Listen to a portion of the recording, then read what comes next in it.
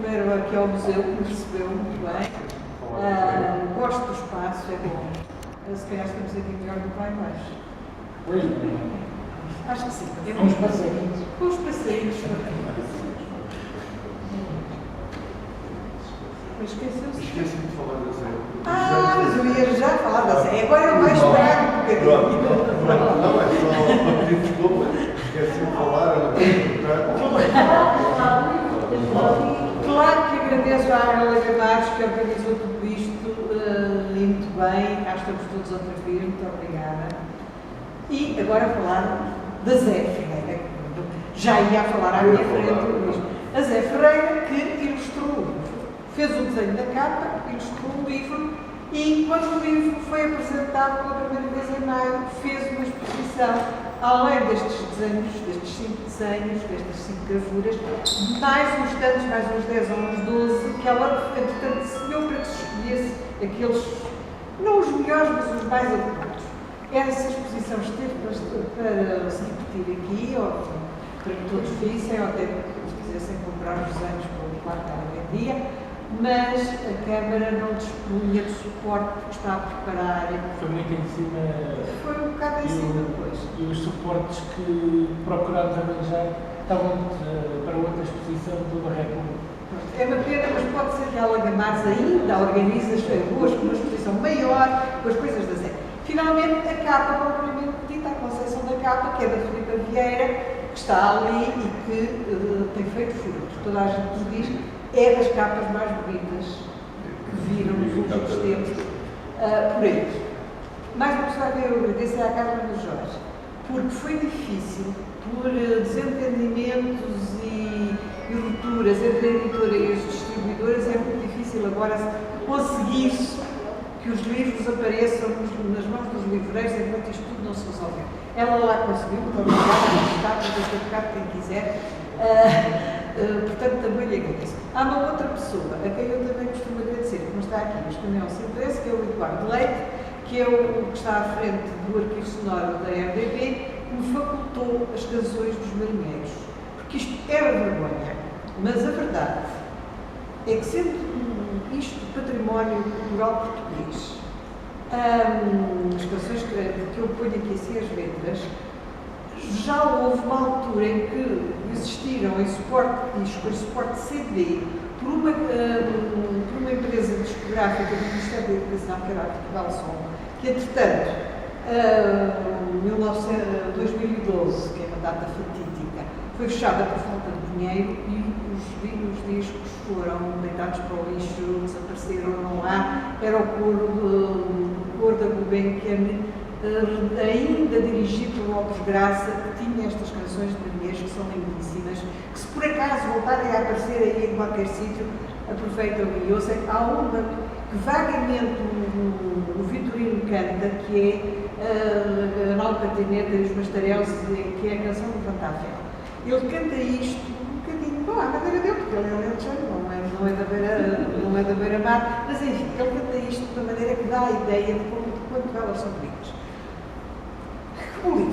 Como é que o livro surgiu? Por uma palavra muito estranha. Uma palavra portuguesa, da técnica portuguesa antiga de construção, e é muito simplesmente isto: andito.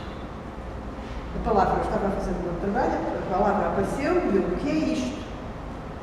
Era uma palavra de arquitetura, de seria, de urbanismo, qualquer coisa, e começo a procurar, e vou consultar um livro da arquitetura popular portuguesa que me parece lá o tal andito, que é nem mais nem menos que nas casas pouco importantes, rurais, que não têm espaço praticamente à volta, têm o quintal, têm qualquer coisa, mas não podem ter um terraço.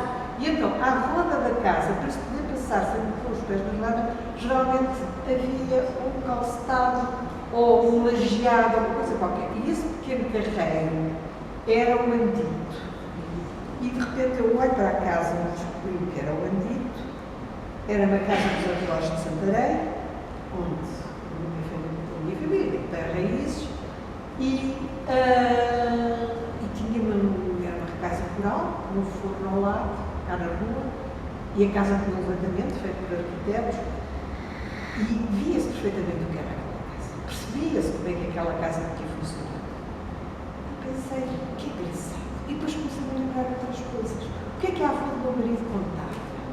Do que se tinha escondido quando foram dos franceses. Quando alguém andava a esconder qualquer coisa, ela perguntava, mas olha lá, vêm aí os franceses, porquê é que andam a esconder tudo à pressa? Porque se esconderam coisas muito boas nos meninos, nos postos, aquilo e acolá. O que é que foi a chegada, toda a gente sabe que os meus têm também, que ainda era vila, porque só foi cidade já no segundo quartel do século XIX, foi sempre vila, agora também tem muita importância, esta mesma estratégica, nunca pediu para ser cidade, não precisava para nada, porque é que não ia dizer vila, pronto. E o que é que os franceses mais roubavam quando passaram por Santarém? Os franceses eram pessoas, eram soldados que tinham sido arrancados aos campos e às vinhas de França para virem invadir outros povos iguais a eles. E chegaram, vinham do Louvre, saíram da esplanada do Louvre em Paris e vieram a pé até Lisboa.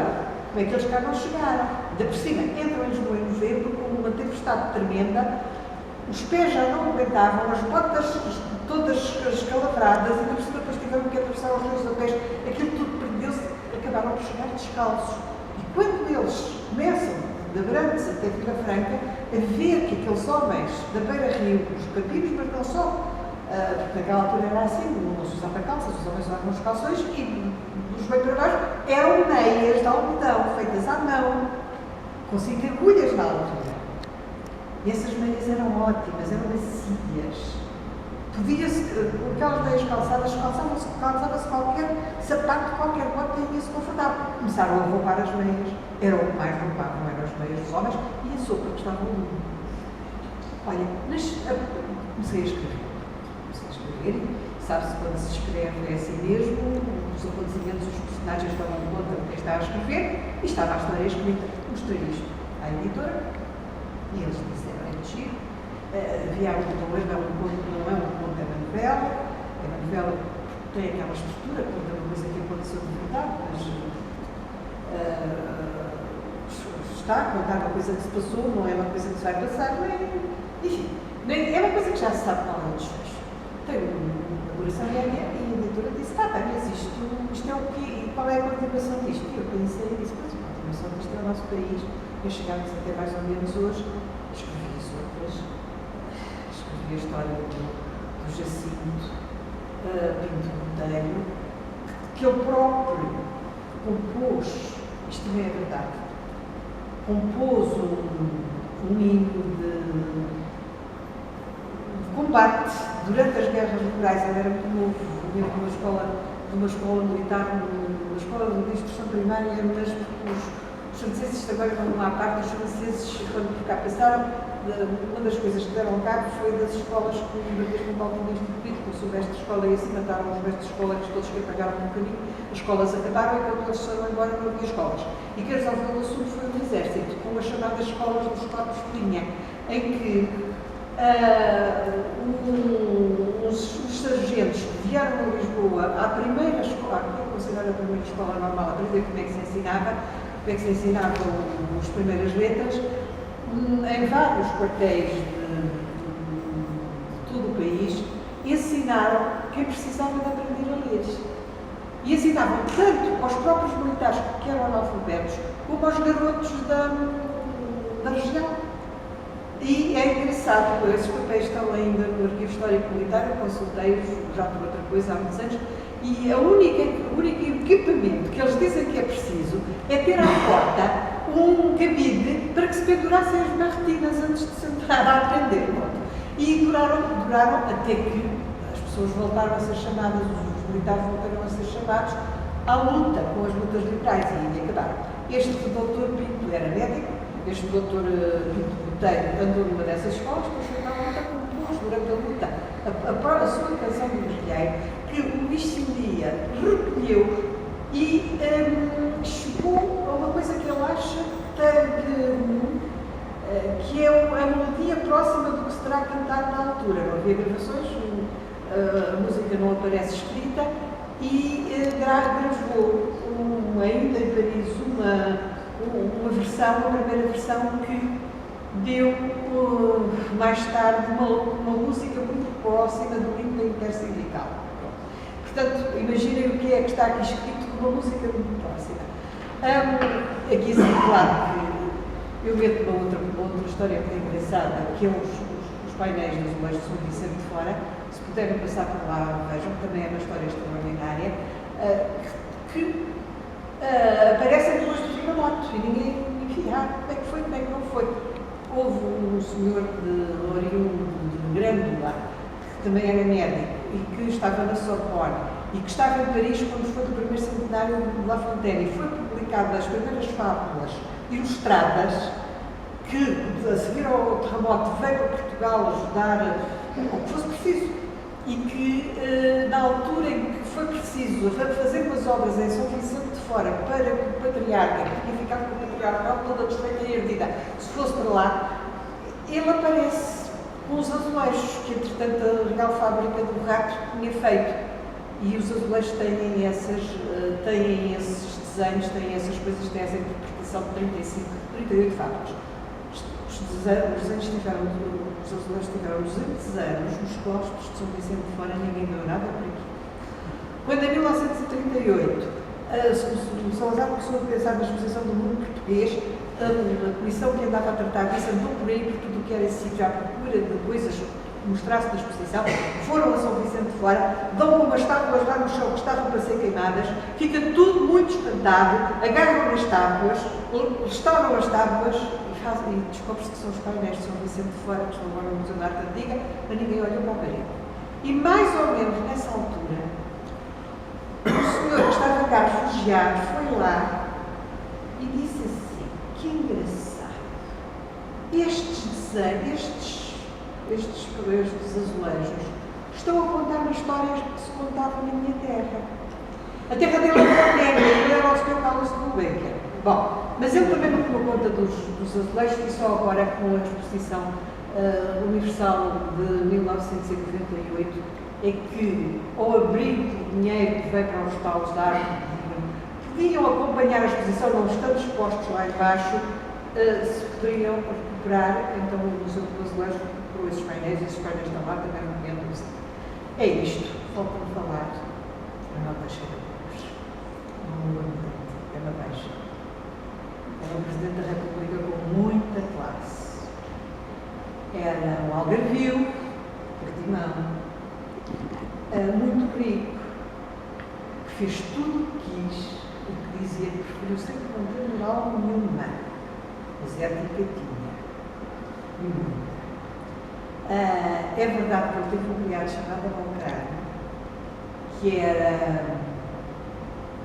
era padrinho, e que ele conheceu em Paris, na casa do embaixador, e que achou que ele era o máximo e convidou-o a ser seu legado particular.